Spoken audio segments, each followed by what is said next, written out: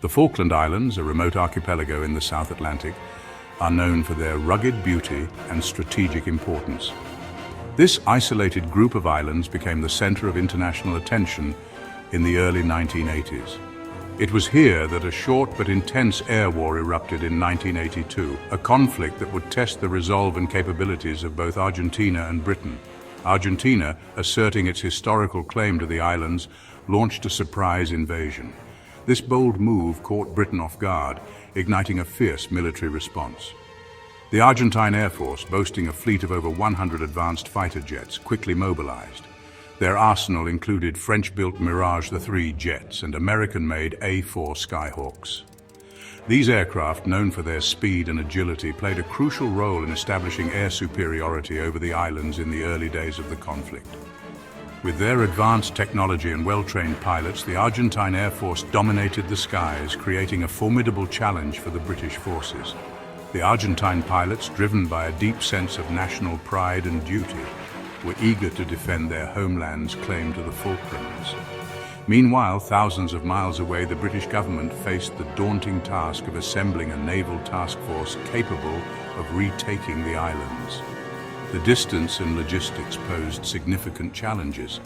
At the heart of this task force were two aircraft carriers, HMS Hermes and HMS Invincible. These carriers were the linchpins of the British strategy, providing a mobile base for air operations. On board these carriers were a limited number of Sea Harrier jump jets, unique aircraft capable of vertical takeoff and landing, a feature that would prove invaluable in the coming battles. The Sea Harriers, though few in number, were technologically advanced and versatile, giving the British a fighting chance against the larger Argentine force. As the conflict unfolded, the Royal Navy's Sea Harriers engaged in numerous dogfights with Argentine jets. Despite being outnumbered, their superior training and tactics began to turn the tide. British pilots, drawing on their extensive training and experience, demonstrated remarkable skill and bravery.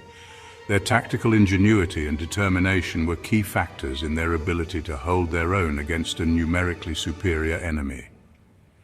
The stage was set for a dramatic clash of air power over the Falkland Islands, a battle that would ultimately determine the fate of this remote archipelago and leave a lasting legacy in military history. The vast distance between Britain and the Falklands presented a logistical nightmare for the British forces.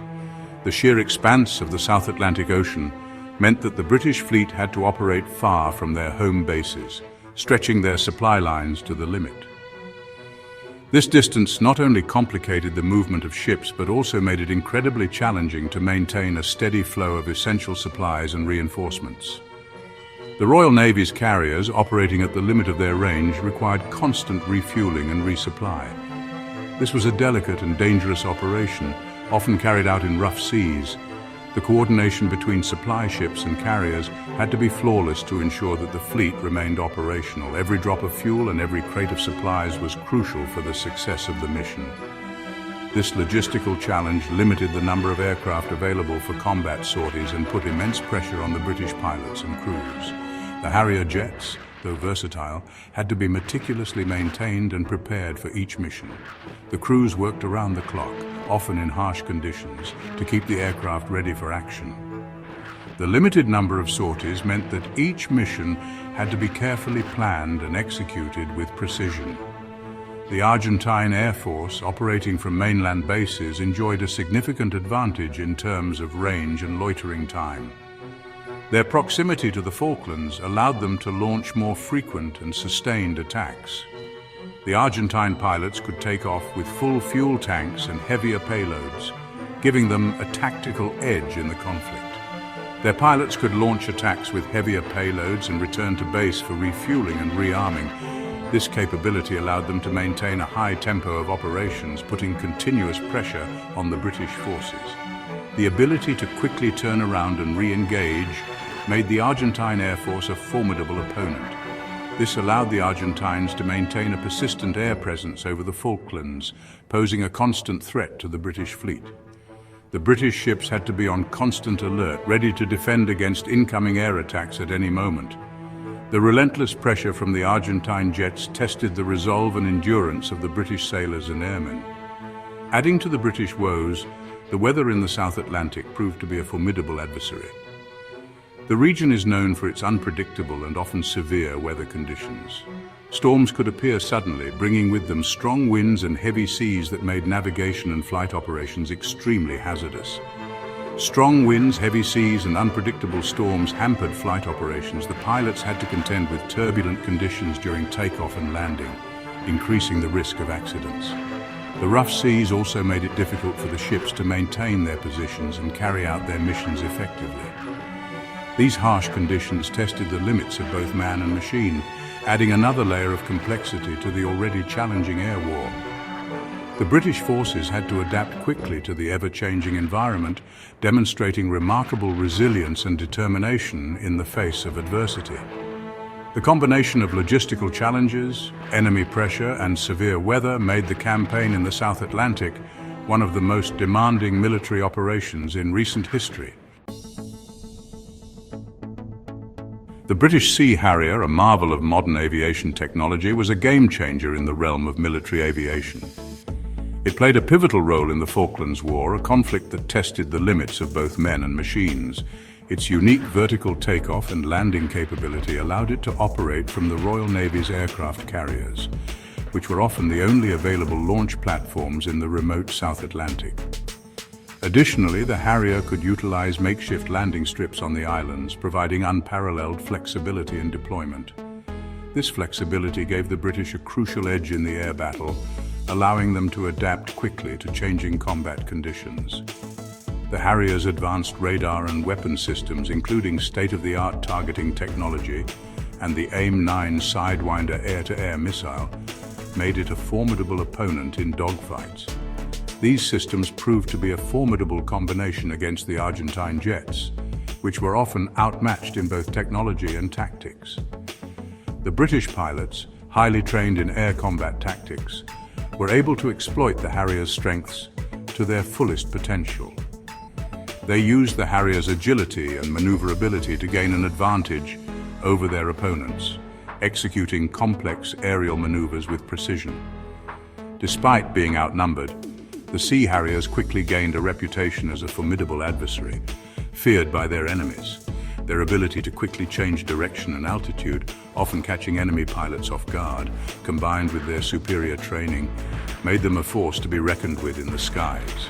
This combination of advanced technology and exceptional pilot skill allowed the Sea Harriers to outmaneuver the faster but less agile Argentine jets, securing air superiority for the British forces. Section 4, Operation Black Buck. In a daring long-range bombing raid, the Royal Air Force executed Operation Black Buck, targeting the Argentine airfield at Port Stanley. Vulcan bombers, ancient but capable aircraft, flew over 8,000 miles from Ascension Island to strike at the heart of the Argentine air power in the Falklands. This audacious mission, requiring multiple in-flight refuelings, demonstrated Britain's resolve to retake the islands. While the raid inflicted limited damage on the airfield, it forced the Argentines to disperse their aircraft, disrupting their operations and reducing the threat to the British fleet. Operation Black Buck, though strategically insignificant in terms of physical damage, had a profound psychological impact on both sides. It served as a stark reminder of Britain's reach and determination, while simultaneously undermining Argentine confidence in their ability to defend the islands. Section 5. Dogfights over the islands.